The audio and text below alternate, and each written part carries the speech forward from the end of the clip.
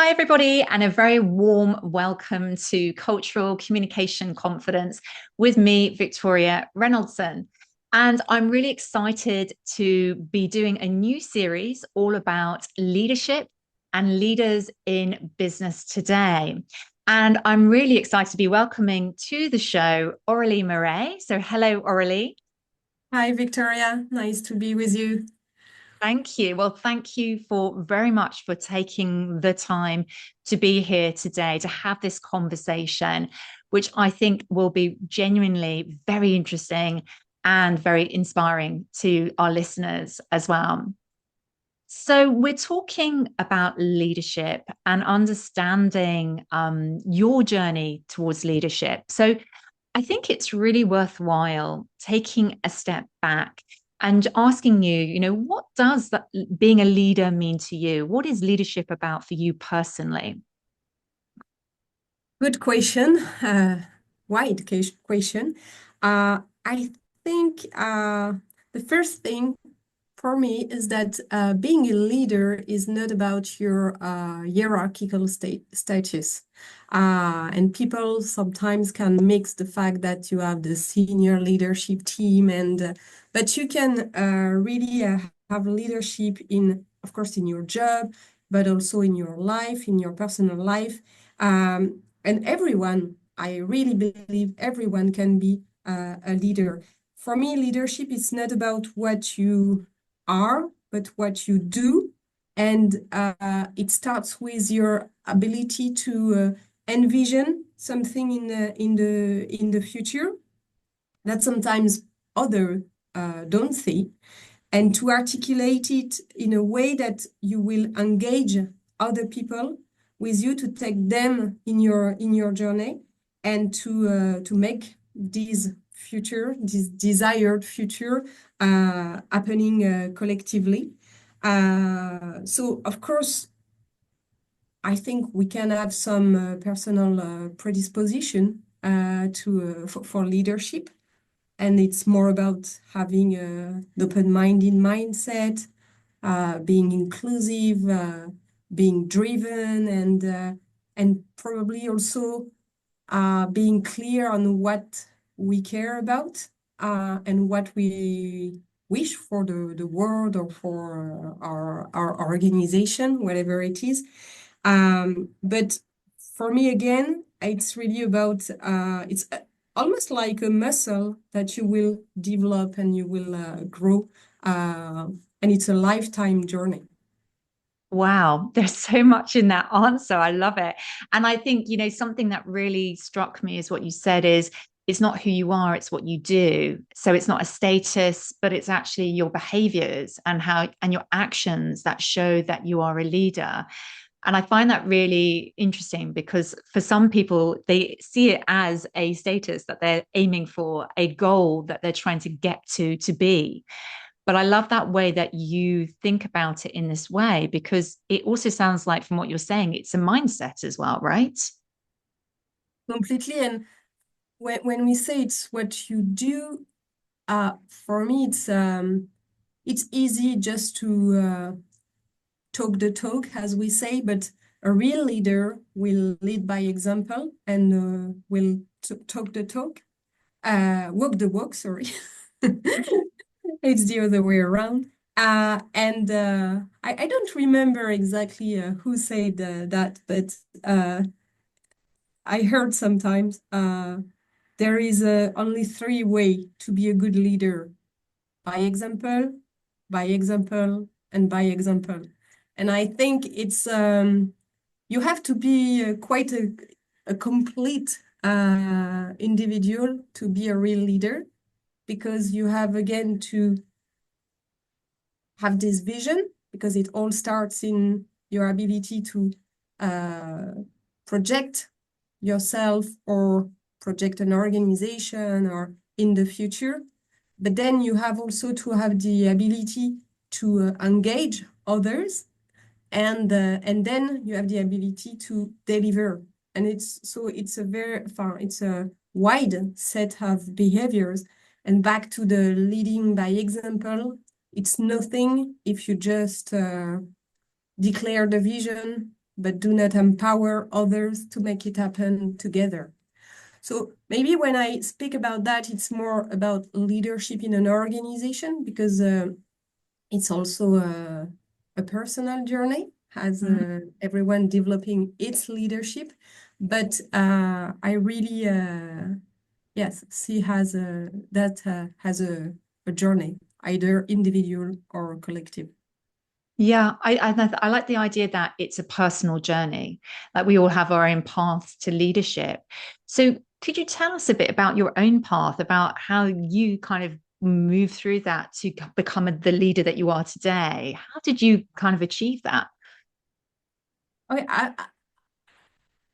if I try to remember just in my childhood, I think I was already very driven, and I was lucky to have very supportive and positive parents encouraging me to always,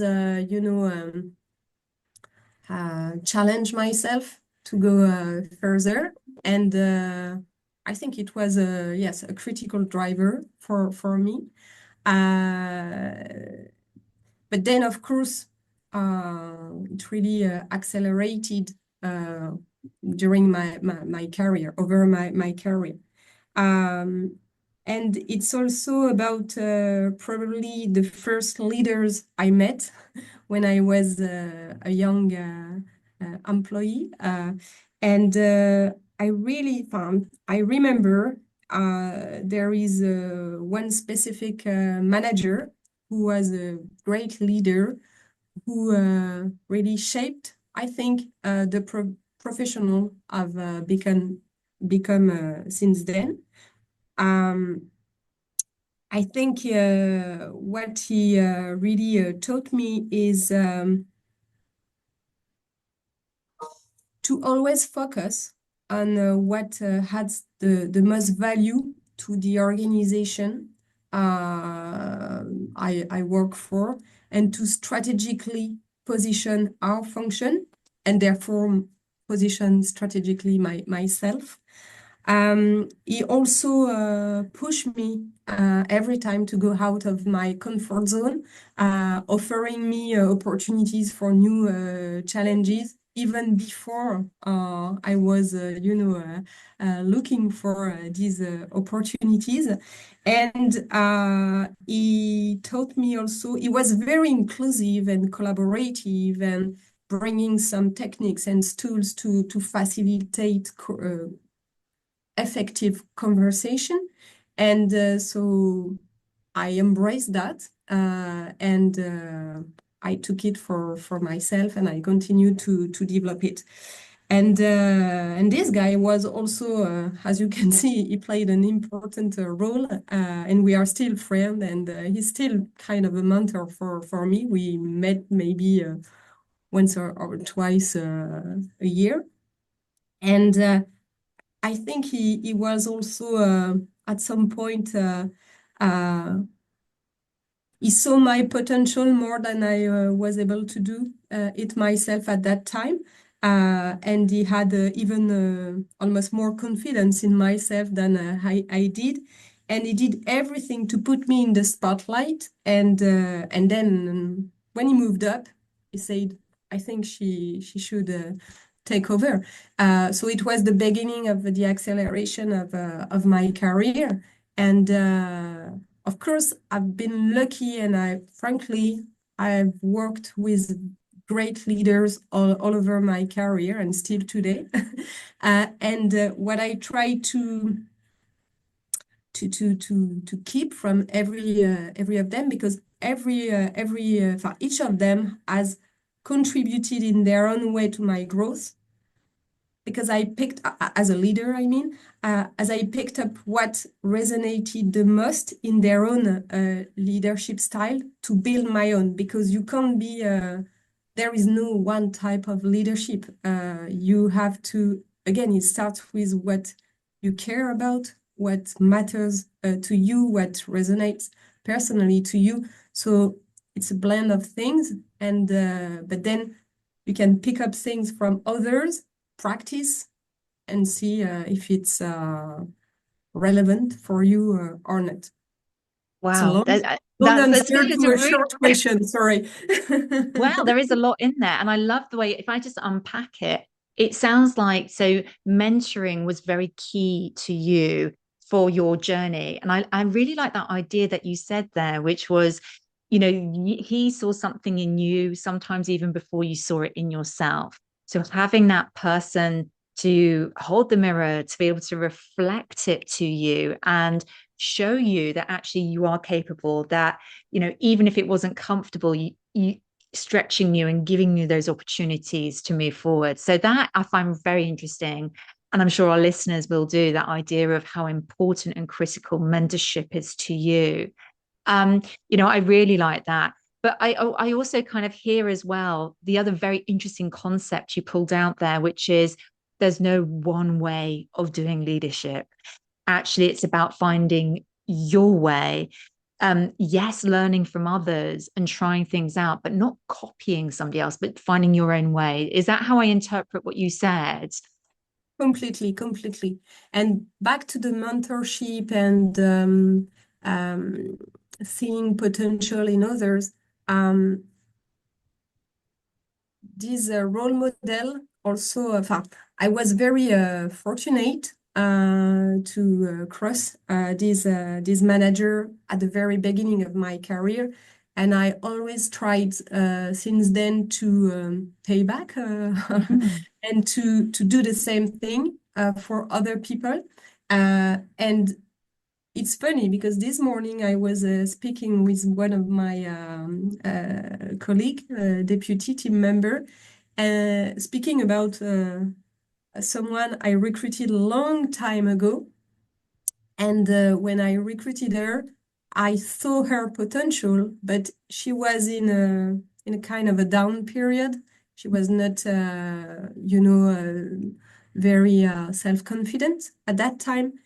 And I offered her the opportunity. The interview didn't go well the first time, but I could see that it was just because she was not, at her best at that right time. So I offered her to take 2 weeks and to come back and to have another interview, and it went far better. And then, so she joined my team, and she has progressed fantastically since then. And I have a lot of other examples like that. So I really think that mentorship and also, yes, kindness at some point, and being a leader, it's also seeing in others what they don't see. It's projecting yourself in the future, projecting an organization in the future, projecting others in the future, and all of them growing. It's Yeah, a better version of in the absolutely. future. That's very inspiring, and I can see that how you live by this very clearly. That idea of the mentorship that you've received, but also the mentoring that you pass on to others, and that Exactly. idea of when you're rising, you're helping others to rise too, which I think is a very powerful thought. And something that I've also heard you touch on a few times in this conversation is this idea of collaboration and conversation. And so, clearly communication is a very core part of what I do and I'm interested in. But I'm really interested as a leader how you see communication skills and how how you think about this as the leader, your communication skills at the moment. Yes, it's at the heart of everything. In the current organization I'm in, I work in a very large and complex mega project to build a nuclear plant in the UK. So these projects, they are very complex and with a lot of interfaces, and our leader, which is a great leader, who is a great leader, with is really, giving me a new learning curve in leadership. And he says that this kind of mega project, very complex projects, They are happening because of a network of conversation. So we need to have a high quality conversation each time, because this is what will produce the outcome we need to manage successfully this program. And so I fully agree with you. It's very important. I think basically the key things for me first is to articulate the most clearly what you need, your request, and but also listen the most effectively other people. And it's not articulating clearly what you need. That's not always easy, and sometimes we jump too quickly into the conclusion that we've been clear. But it's, I would say, reachable as an objective. Listening other perspective, other backgrounds, it's even more difficult, and you have to almost force yourself to push back your own perception, your own interpretation of things as long as you can, to really capture what the other has to bring. And you have, again, it's a muscle, and you have to practice and to practice. And I'm very glad, because in our organization, we see that as being so instrumental in our success, that we are currently developing a leadership program to equip all of our people with some techniques, some models, because you have to make it also practical. It can't be just fluffy and big words about the importance of collaborating. You have to really put some common models that people can fit in and practice again. And again, it will be a long journey, but I really see that as a powerful engine to our success. Yeah. And I think it's so interesting, isn't it? Because in theory, this should be fairly simple. Articulate Yeah. what you want, your request, and listen. But I think it's so interesting how, one of the things that I observe sometimes is that people assume because they said it, it's been heard. And that isn't always the case. Yeah. Right. And Most of the time, it's not the case. right, exactly.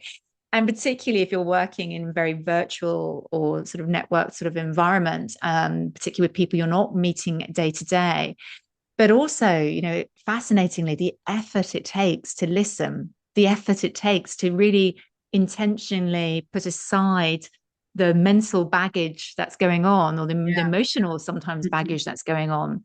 So I'm Mhm. kind of really interested, like, how do you do this personally? How do you make time to listen well? Because it's challenging, right? You have a very demanding job, very challenging, lots to think about. So how do you do this? Um, I had another manager who was also a great leader, and it was really all about these listening skills, developing your listening skills. And I remember he told me one day, you just don't listen with your ears. You listen with your eyes. We listen with all of your senses. And I think that's the first thing for me. For example, when you say we assume that people heard what we said, uh, most of the time, if you pay attention to their body language, or you will see if they have really, maybe they have heard, but they don't really agree, or they don't commit, or so you need to be very, sensitive about this kind of things. The second thing is about putting aside your own view. It's very difficult. The first thing is to realize what is your baggage, and it's not always the same before each conversation. So in my current company, we are also applying a model called worldview, because it's quite complex. I know that we already discussed about cultural intelligence, different countries operating together. But of course, you have a difference between different country cultures, but it's not just that, because we are all individual. You also have your personal background, your education, your experience as a whole, but your experience with these individuals. So it's far more complex than just, a caricatural uh, different cultures. And the first thing for me is really to be aware of that and using what we call the worldview model. It's getting aware of the glasses you are wearing before every important conversation, of course, to acknowledge that and to try to get unstuck of the limit you are setting yourselves with your own worldview. And it's a quite powerful model. I have to admit that I'm quite a beginner in this model, so I will practice, and maybe it could be another conversation in a few months' time when Yeah. I master it a bit more.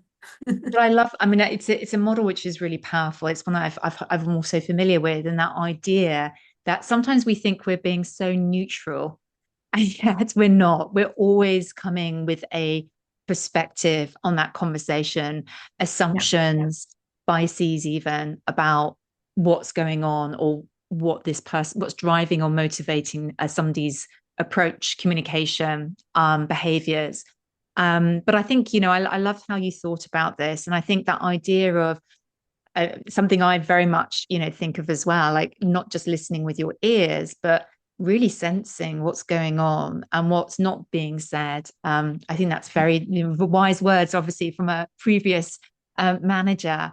But the global side of this also really interests me because you are in a very large organization that is quite global. And clearly you're working in the UK, also with very diverse teams as well, very, very international. So, I am very interested in the cultural elements of this because of the work that I do. But, how do you navigate that, those cultural differences? There's different ways of doing things, whether those are national cultures, regional cultures, about, departmental cultures, even, because I know you've crossed really the organization in different departments as well. So first, I think I love that. And since I can't remember a time where I was interested with working with people thinking exactly the same thing as me. I've always been very interested in diversity, in the diverse meaning of diversity. I mean, really the diversity with a big D, diversity of thoughts, diversity of cultures. And I've done all my career in global organization. And again, yeah, this is what drives me to be enriched by other backgrounds, other experience, other countries, culture, everything. And I think this is important when you work in a global organization, because otherwise I think you could struggle. Having said that, so getting the diverse team, for example, having different backgrounds, different profiles in your team, for me, it's at the heart of the way I manage a team, because again, it's almost about being complete. You can't be complete as an individual, especially today. You can't know it all. And so you have to have these all perspectives to be more efficient and performing better. So you have to get this first diversity in your team, in your organization. But then the second point, and it's probably the hardest point, is to be inclusive, to get this diversity, get the most out of this diverse team. So how do you do that? Again, listening, being open-minded, and making sure that the profiles that are in a minority can express ourselves. And there are a lot of techniques. I've done a lot of work and research in collaborative techniques, in collaborative facilitation, collective intelligence. So there are some techniques that allow everyone to get a voice. But at the same time, at the end, to conclude and to align progressively. So yeah, it's a very, for me, you have to activate a lot of different things, but it all starts again with the right mindset. Mm. Absolutely. And I love the way that you're also differentiating there between diversity in itself is not going to again bring the actual answers. You Outcome, have to yeah. then have the right mindset to then activate to make sure that people are heard, there's a share of voice and people are included. And I think, yes, I can Yeah. imagine how And important to it have is. organization-wide, in a global organization, complex organization, you must have an intentional infrastructure and plan to make it happen. It won't happen magically itself. Yeah, absolutely. Completely agree with you there. I want to now sort of slightly change the direction of the conversation towards the future. And obviously, everything feels like it's rapidly evolving, particularly in the world of work today. There are many sort of different changes that are happening socially, technologically. So I'm really kind of interested in what you see, whether you see leadership changing in the future, what leaders will need to be doing, what they need to be thinking about, and maybe what's on your mind right now. Yeah, again, it's at the very, it's my bread and butter because I'm leading a transformation. But I think so. They have a lot of things that have already been said about leadership. So for me, maybe a new set of skills and capability that we have to equip our leaders with is really the ability to support their people through change, really at scale. Because as you said, it's not about one change; it's about multiple interconnected at fast pace changes that we have to manage in every year organization today. So again, it won't happen by itself, and we have to equip our leaders, managers, because they all play a key role in this change management.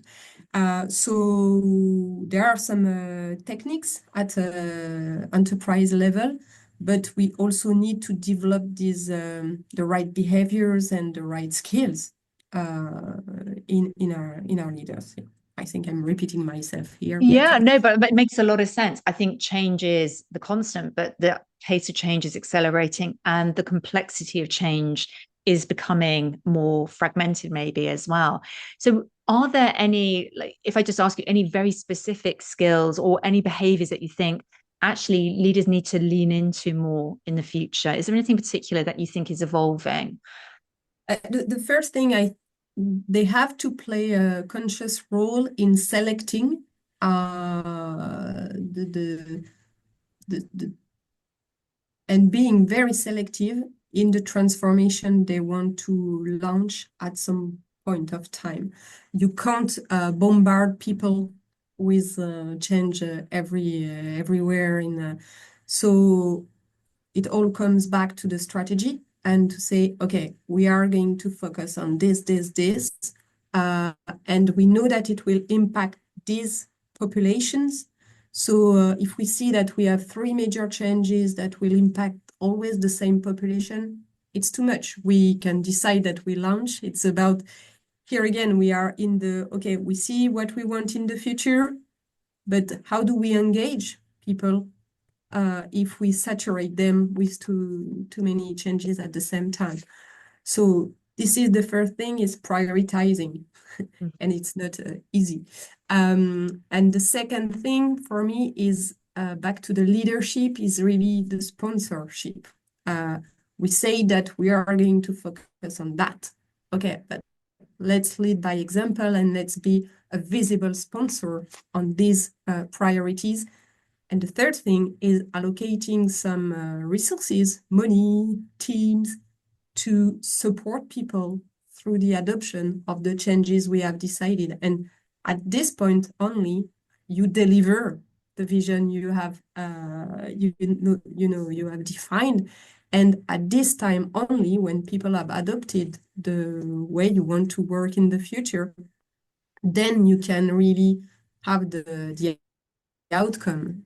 Before it's just a vision, it's beautiful slides, it's beautiful IT systems, but if people don't embrace and adopt them and sustain them and really make this business as usual, you have invested a lot of effort and money for almost nothing. So I think there is yes, this awareness to develop at senior leadership level to pay more attention to the people side of the transformation. Yeah. And And I that's have to admit that for me, the UK is very advanced and very open to that. I can see a difference with other countries, so it's a pleasure for me interesting. to develop that here. Well, that's really powerful. And I love the way that also you're thinking about this, which is it's not enough to just stand up and share the vision on the presentation. You've really, as a leader, got to think about how does this actually happen? How does this implement and really bring people with you by the sounds of things as well on that journey? Yeah. That, I'm really aware that we've learned so much from you in this conversation, but as we're coming to the end, I'm really interested in the fact that many of the people listening to this are people on their own journeys towards leadership. They're aspiring leaders, they may be leaders already who want to take it further. And so I'm really just interested if you have any sort of further final thoughts, ideas, tips for them about, what to pay attention to or what to, from this conversation, what you particularly want them to remember from this. um, maybe I know we attended, the both of us, to the same conference a few months ago, and there is one part that really uh, resonated with me, so I'd like to share that. Um, as we said, yes, you don't have to be at the top management to be a leader, and it's a journey, and being developing your leadership, it's always going out of your comfort zone. And especially, it's not just women living that, but I know that there is always this, imposter syndrome, limiting ourselves in our leadership. And so a few months ago, I attended to a conference with a guest speaker named Griselda Togobo. And she said something that was a kind of light bulb moment of freeing me up uh, Mm. of this imposter syndrome. Because she said, actually, if you don't have it, it's just that you're not pushing yourself enough out of your comfort zone. And as many other people, I always had this imposter syndrome before. And since this very moment, said, of course, it makes sense. I always have this imposter syndrome because I keep pushing my own boundaries and I don't like to do twice the same thing. So that's normal. And actually, I'm happy to have this imposter syndrome. It's a good news. You don't have to go in the panic zone, but it's okay to have it. So it really changed my life. So I like to share that with everyone on their own leadership journey. Yeah, I think that's, I remember being in that conference, and that reframe, that the way you've described it and how it impacted you is really powerful, actually, because it's that idea that we don't have to worry about it or be fearful of it. Actually, it's almost something to celebrate because it says we're on the right path, we're doing the right things, we're pushing ourselves. That's a Exactly. really, really helpful thought. And I'm sure that's going to be very helpful to many of the people listening. So thank you so much for that, Aurélie. And, deep thanks to you. I know how busy you are, but so to taking the No, no, time it's to a come on the pleasure. show and celebrate and share your insights from a leadership point of view I'm very, very grateful to you. So thank you so much for being here. Thank you, Victoria. And first, it's an honor for me. So thank you for giving me the opportunity to share that. And also, it's always very useful to, reflect on these things. And so thank you for, again, this opportunity for myself. Wonderful. Well, thank you for being here, and I really appreciate it. And I look forward to seeing everybody next time on the show. Okay. Thank you, Victoria. Bye for Bye. now.